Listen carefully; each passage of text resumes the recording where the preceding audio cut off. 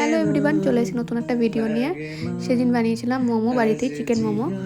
ঠান্ডা পড়ছে, বাড়িতে যেন ট্রাই করেছিলাম। তো ফার্স্টে আমি 2 কাপ ভরে ভরে ময়দা নিয়ে নিয়েছি মেজারিং কাপে। তারপর 1 টিস্পুন লবণ দিয়েছি, এরকম টেস্ট অনুযায়ী। সাদা তেল দিয়ে ভালো করে মাখিয়ে নিচ্ছি। ভালো করে ময়ামটা দিয়ে দিলাম, দিয়ে তারপর অল্প অল্প করে জল দিয়ে একটা নরম ডো বানিয়ে নেব।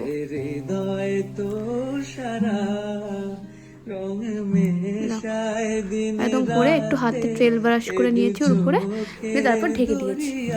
তারপর এদিকে আমি কিছু বোনলেস চিকেন নিয়ে নিয়েছি, সেগুলোকে মিক্সিতে দিয়ে ভালো করে স্মুথ একটা পেস্ট করে নিচ্ছি ভিতরে ফিলিংসের জন্য। দেখো পেস্ট হয়ে গেছে। তার উপর আমি একে একে দিব। ফার্স্টে দেখলাম গ্রিন অনিয়ন, তারপর অনিয়ন,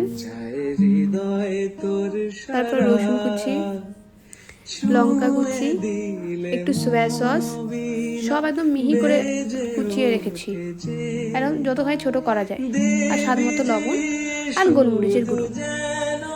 আর জিনিসটাকে একটু জুসি বানানোর জন্য আমি একটু সাদা তেল দিয়েছি আর একটু বাটার মেল্ট করে দিয়েছি। দিয়ে একদম ভালো করে মাখিয়ে নিচ্ছি প্রত্যেকটা মশলার সাথে একসাথে। দিয়ে আমি এটাও রেখে দিলাম 30 মিনিটসের জন্য। তার ময়দাটা ভালো করে একটু মেখে নিচ্ছি আরেকবার। তারপর লেচি কেটে কেটে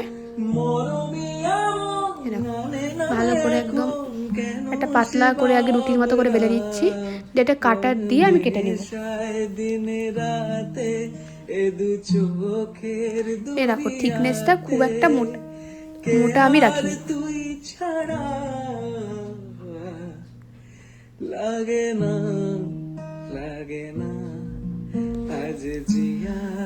দিয়ে আমি একটা 1 টিস্পুন করে আমি এগুলো নেব।